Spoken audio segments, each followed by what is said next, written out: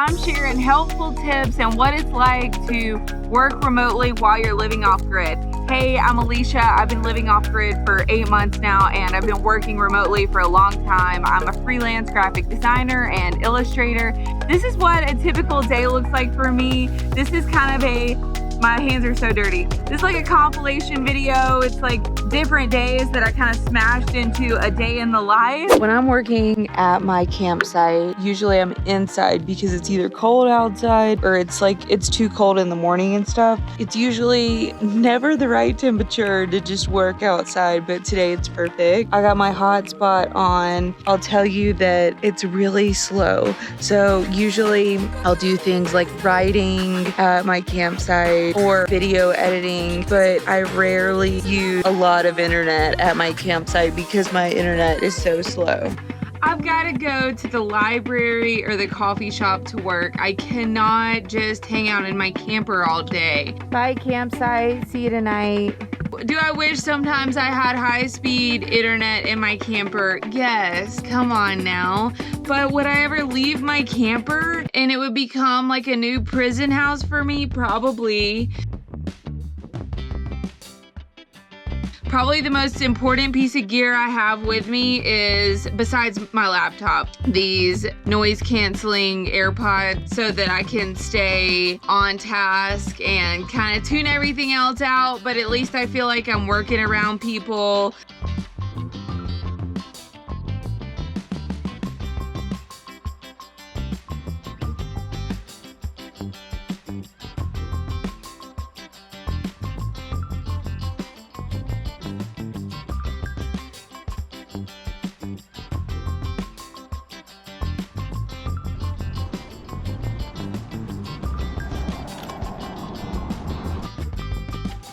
We got a heat wave here in Central Oregon right now. It's 100 degrees. Usually the river is freezing, but right now it's absolutely amazing to jump in. So I just finished work. I worked in the morning at my campsite.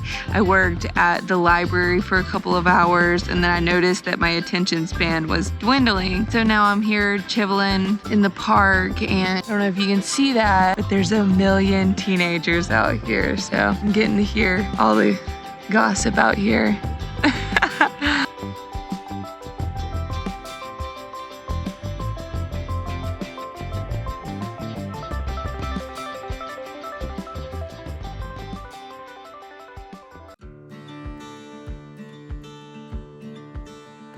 If you told me that you didn't work from bed every now and then, I would not believe you.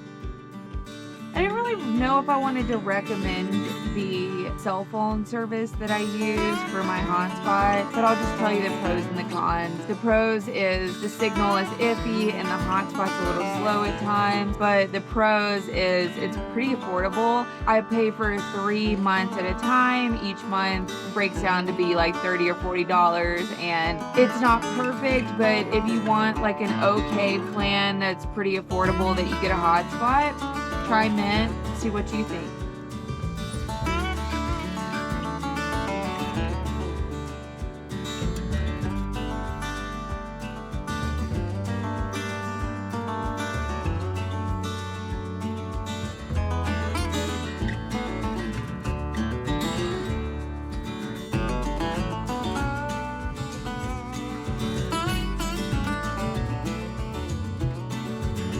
I'm not gonna lie, usually I'm back on my laptop at night, but it's nice to do it by the fire, you know?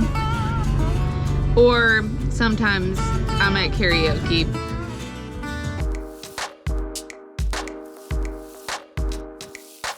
Another thing that helps me work because I'm ADD, there is an amazing website called FocusMate, and basically you can actually sit with another person while you're working, and you kind of start the video chat with saying your intentions for the next hour. I'm going to study for my test for the next hour, and then you work and you can kind of talk to the person, like not talk, but you can kind of hear the person and have them as your background noise.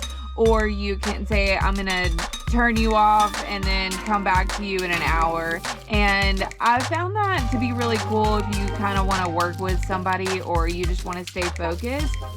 My last recommendation, if you're gonna work at your camper or RV site, is a power bank, and I'll grab that. Okay, so mine's super old and like taped up and scraped around. I've used this thing for years, but basically, you know, it's like an inverter, and I charge it when I go to the library, or I'll charge it at my campsite. It's like a big lithium battery, and then it's got your outlets, and it's like a goal zero kind of setup. This gives me extra power when I'm at my campsite, just in case my camper batteries are dead and I can't, or my inverter doesn't work. So when I'm working at the campsite, I'm using my solar panels to charge my battery, to use my inverter. That's how I get power. This is my backup. I highly recommend, if you're gonna be off-grid, to have a backup power source just in case your batteries are dead. I also would love to have a portable printer. I think you have to just build your setup over time. It takes a minute to get all the equipment, all the off-grid setup, and you'll slowly build up to your ideal like workspace.